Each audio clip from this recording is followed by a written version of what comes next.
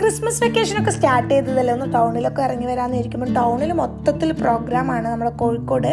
എവിടെ കയറണം എങ്ങനെ ആക്കണം എന്നൊക്കെ ചിന്തിക്കുമ്പോഴാണ് ഭീമാകരമായി ഈ ഒരു സംഭവം കണ്ടത്. എന്താ സംഭവം എന്ന് പേര് നോക്കുമ്പോഴാണ് റോബോട്ടിക് ആനിമൽസ് എക്സിബിഷൻ.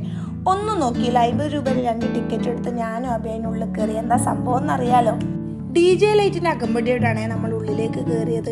കുറേ ഫോട്ടോസൊക്കെ ആടുന്ന ആൾക്കാർ എടുക്കുന്നുണ്ടായിരുന്നു. പക്ഷെ ഞാനും അങ്ങനെ ഫോട്ടോ എടുക്കാനൊന്നും നിന്നില്ല. എന്തോ ഫോട്ടോ എടുക്കാനൊന്നും തോന്നിയിട്ടുണ്ടായിരുന്നില്ല. സാധാരണ ഇങ്ങനെയൊക്കെ കണ്ട ഒരു ഫോട്ടോ ഒക്കെ ക്ലിക്ക് ചെയ്യേണ്ടതാണ്. പിന്നെ റെഡ് കാർപ്പറ്റിൽ എത്തിയിട്ട് നോക്കുമ്പോൾ തന്നെ ഞെട്ടിപ്പോയി. സംഭവം ക്ലിക്കായിട്ടുണ്ട്. First impression കിടുക്കോ. ആന ചെവിയാട്ടിയും തുമ്പിക്കൈയൊക്കെ ആട്ടിയിട്ട് നിൽക്കുന്ന വലിയാനയും കുഞ്ഞാനയും ഒക്കെ അവിടെ ഉണ്ടായിരുന്നു. അപ്പോൾ അതിൻ്റെ ചെവിയാട്ടലും തുമ്പിക്കൈ അനക്കലൊക്കെ കണ്ടുകൊണ്ട് നിന്നു. ഫോട്ടോ പോസ്റ്റ് ചെയ്യാനൊന്നും നിന്നില്ല കേട്ടോ. അങ്ങനെ സംഭവം കണ്ടു. പിന്നെ ഞാൻ ചെയ്തൊരു കാര്യം എന്ന് വെച്ചാൽ വേഗം പാത്തൂനെയും അമ്മൂനെയും വിളിച്ച് കാണിച്ചു കൊടുക്കലായിരുന്നു. ഇങ്ങനത്തെ എന്തെങ്കിലും കണ്ട പെട്ടെന്ന് അവരെ വീഡിയോ കോൾ വിളിക്കലാണ് എൻ്റെ പ്രഥമമായ കാര്യം ഇപ്പം.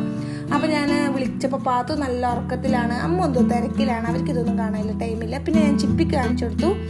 ചിപ്പി പിന്നെ ഫുൾ ആവേശത്തിലായിരുന്നു. അപ്പോൾ ഞാൻ വീഡിയോ കോൾ വിളിച്ചുകൊണ്ട് ഓരോ സംഭവങ്ങൾ കാണിക്കുകയാണ്, നമ്മൾ സിംഹത്തിനെയും കടുവേനെയും പുലിനെയൊക്കെ. അപ്പോൾ എനിക്ക് തോന്നി പാത്തൂനെ നമ്മളിങ്ങനെ കടുവ പുലി എന്നൊക്കെ പറയുമ്പോൾ വരച്ചത് പുലി, കുത്തുള്ളത് കടുവ എന്നൊക്കെ പാത്തു ഇങ്ങോട്ട് പറഞ്ഞു തരും കേട്ടോ. അപ്പോൾ അങ്ങനെയുള്ള കുട്ടികളൊക്കെ 2-2.5 വയസ്സൊക്കെ ഉള്ള മക്കൾ കാണുകയാണെങ്കിൽ അവരുടെ മനസ്സിൽ സാധനം ഇങ്ങനെ നിൽക്കും. പക്ഷെ പേടിയായി പോകും നമുക്കൊരു സംശയമുണ്ട് കേട്ടോ. ഇടയ്ക്ക് നമുക്കൊരു പേടി വരും. കാരണം കടുവ ഓപ്പോസിറ്റ് സൈഡിലാണെങ്കിൽ ആനനെ ഫോട്ടോ എടുക്കുമ്പോഴായിരിക്കും കടുവ പെട്ടെന്ന് ശബ്ദം ഉണ്ടാക്കുക. അപ്പോൾ നമ്മളൊന്ന് പേടിച്ചോ. പിന്നെ നിശബ്ദനായി നിൽക്കുന്ന മാൻകുട്ടി ഉണ്ട് കേട്ടോ അവിടെ.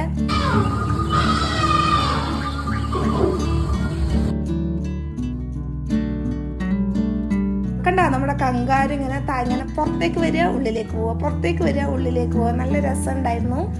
അങ്ങനെ ഓരോന്നും അതിൻ്റെതായിട്ടുള്ള ഒരു മൂവ്മെന്റ് ചെയ്യുന്നുണ്ടായിട്ടുണ്ട്.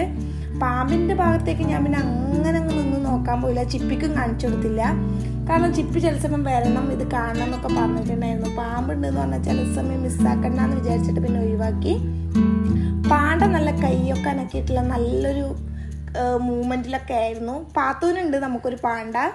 പിന്നെ ഇങ്ങനെ നോക്കി പോകുമ്പോൾ മൃഗങ്ങൾ മാത്രമല്ല കേട്ടോ, ഒരു കൃഷീനെ ഓർമ്മപ്പെടുത്തുന്ന രീതിയിലുള്ള ഒരു ആദിവാസി കുടുംബത്തെയും ഒരു കുടിലും കൃഷിയൊക്കെ കണ്ടിട്ടുണ്ടായിരുന്നു.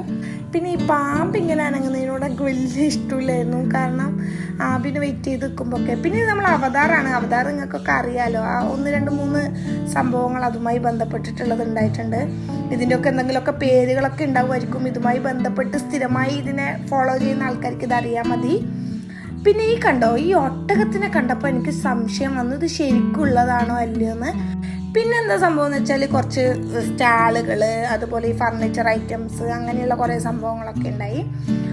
കുറേ ഫാൻസി സംഭവങ്ങൾ, അതുപോലെ നമ്മളെ പഴയ നമ്മുടെ ചെറുപ്പത്തിലുള്ള മിഠായിസ് സംഭവങ്ങൾ. അപ്പോൾ ഞാൻ ഫാൻസിന്ന് 1-2 സാധനങ്ങളൊക്കെ നോക്കിയെടുത്തു. വളയുടെ ഒക്കെ അടിപൊളി കളക്ഷൻസ് ഉണ്ടായിരുന്നു. പിന്നെ അതൊന്നും ഞാൻ പർച്ചേസ് ചെയ്യാനൊന്നുമില്ല. ഇങ്ങനെ ഞെട്ടലും നോക്കലൊക്കെ ഉണ്ടായിരുന്നു. പിന്നെ ആദ്യം വലുതായി പ്രോത്സാഹിപ്പിക്കാത്തതുകൊണ്ട് ഞാൻ പിന്നെ അതിൽ വീണ് പോയില്ല. അപ്പോൾ ഇത് നല്ല കിടുക്കാച്ച ഐറ്റംസ് ആയിരുന്നു കേട്ടോ. നല്ല സ്റ്റാൻഡേർഡ് വളകളായിരുന്നു, നമുക്ക് ഫംഗ്ഷൻ ഉപയോഗിക്കാൻ പറ്റുന്ന തരത്തിലുള്ള. പക്ഷെ എന്താ സംഭവം എന്ന് വെച്ചാൽ എനിക്കെല്ലാം വലിയ സൈസാണ്. ഇത് ഒന്നിന് 150 രൂപ വെച്ചിട്ടാണ് കേട്ടോ അവർ വാങ്ങുന്നത്. ശരിക്കും ആ ക്വാളിറ്റിക്ക് ആ സംഭവത്തിന് പൈസ അധികമൊന്നുമല്ല. പക്ഷെ എനിക്കെല്ലാം വലിയ സൈസായിരുന്നു. കുറച്ച് തടിയൊക്കെ ഉള്ള കൈയൊക്കെ ആണെങ്കിൽ എല്ലാം കണക്കാവും. ഈ മിഠായിൻ്റെ കൂട്ടത്തിൽ കുറേ സമയം ഞാൻ നിന്നു കേട്ടോ. സാധാരണ ഇങ്ങനൊരു സ്റ്റാള് കണ്ടാലായിരുന്നു കുറേ സാധനം. നമ്മൾ ഈ തേനുകൊണ്ടൊക്കെ എന്തായാലും ഞാൻ എടുക്കാതെ വരലില്ല.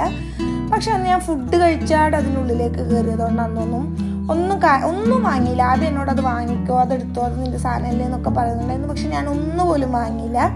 അതൊക്കെ ഞാനിങ്ങനെ എടുത്ത് ഓരോരോ കഥകൾ ആദ്യമൊക്കെ ഇങ്ങനെ പറഞ്ഞു കൊടുത്തോണ്ടിരുന്നു അതുമായി ബന്ധപ്പെട്ടിട്ടുള്ളത്. ഇതായിട്ടുള്ള സ്റ്റാളുകളൊന്നുമില്ല. പിന്നെ ഒരു എക്സിബിഷൻ ഉണ്ടായിരുന്നു. ഈ പഴയ കാലത്തെ നാണയങ്ങൾ, മ്യൂസിക് ഇൻസ്ട്രുമെൻറ്റ്സ്, ടെലിഫോൺ സംഭവങ്ങൾ ഒക്കെ ബന്ധപ്പെട്ടിട്ടുള്ള കുറച്ച് സംഭവങ്ങൾ, കൃഷിയുമായി ബന്ധപ്പെട്ട കുറച്ച് സാധനങ്ങൾ, റേഡിയോ ഒക്കെ ഉണ്ടായിരുന്നു. അപ്പോൾ അവിടെ 2 കുട്ടികൾ നിൽക്കുമ്പോൾ ഞാൻ വെറുതെ ചോദിച്ചതിൻ്റെ പേരെന്താണെന്ന്. അപ്പോൾ അവരൊന്നും ആലോചിച്ചിട്ട് പറഞ്ഞു റേഡിയോ. സാധാരണ എക്സിബിഷൻ സ്റ്റാളുകളിലുള്ള ഒരു ഫുഡ് കോർട്ട്, നമ്മുടെ പാനിപൂരിയും മുളകാ ബജിയൊക്കെ ഉള്ള പായസമൊക്കെ ഉള്ളൊരു സംഭവം. അപ്പം ഞാൻ എന്താ വെച്ചാൽ ഒരു പാലട പായസം കഴിക്കാമെന്ന് വിചാരിച്ചു. അപ്പോൾ പാലട പായസം നല്ല ടേസ്റ്റ് ഉണ്ടായിരുന്നു. അപ്പോൾ ഞാൻ പാലട പായസമൊക്കെ കഴിച്ചു. ആബിക്ക് ടേസ്റ്റ് ചെയ്യാനൊക്കെ കൊടുത്തു. അപ്പോൾ ഈ സ്ഥലം വരുന്നത് നമ്മുടെ കോഴിക്കോട് ബീച്ചിൻ്റെ ഓപ്പോസിറ്റാണ്. ഇത് എത്ര ദിവസം ഉണ്ട് എന്നുള്ളതൊന്നും അവിടെ എഴുതിയിട്ടുണ്ടായിരുന്നില്ല. ചോദിച്ചപ്പോൾ ആരും പറഞ്ഞില്ല. എനിക്ക് തോന്നുന്നു വെക്കേഷൻ തീരുന്നതൊക്കെ ടൈം വരെയൊക്കെ ഉണ്ടാവാൻ മതി. അപ്പോൾ ആർക്കെങ്കിലും ഈ വീഡിയോ കണ്ടിട്ട് ഇങ്ങോട്ട് വരാൻ തോന്നുന്നുണ്ട്. പ്രത്യേകിച്ച് ചെറിയ കുട്ടികളെയും കൊണ്ട് വരുമ്പോഴാണ് കേട്ടോ അവർക്കൊരു കൗതുകം ഉണ്ടാവുക. ആ ഒരു ആനിമലുമായി ബന്ധപ്പെട്ടിട്ടുള്ള സംഭവങ്ങളാണ് കുറച്ചും കൂടി നല്ല ക്ലിക്കായിട്ടുള്ളത്. ബാക്കിയൊക്കെ നോർമൽ എക്സിബിഷൻ ഉണ്ടാകുന്ന സംഭവങ്ങൾ തന്നെയാണ്. അതൊന്നും ഞാൻ വലിയ കാര്യമായിട്ട് എടുത്ത് പറയുന്നില്ല. ഈ ആനിമൽസ് കുട്ടികളെ പരിചയപ്പെടുത്തിയും അവർക്ക് അതിനോടൊരു താല്പര്യമൊക്കെ ഉണ്ടെങ്കിൽ നിങ്ങൾ തീർച്ചയായും നിങ്ങളെ കുട്ടികളെയും കൊണ്ട് വരിക. എത്ര ദിവസം ഉണ്ട് എന്നുള്ളത് എനിക്കറിയില്ല. ഇനി ഞാൻ അറിയുകയാണെങ്കിൽ ഞാൻ കമൻറ്റിൽ പിൻ ചെയ്ത് വെക്കാം. അപ്പോൾ വീഡിയോ കണ്ട് ഇഷ്ടമായാൽ ലൈക്ക് ചെയ്യുക, ഷെയർ ചെയ്യുക, കമൻറ്റ് ചെയ്യുക. ഇഷ്ടപ്പെട്ടാൽ ഓടി കോഴിക്കോട് വന്നിട്ട് ഈ എക്സിബിഷനും കണ്ട് തിരിച്ചു പോകാം.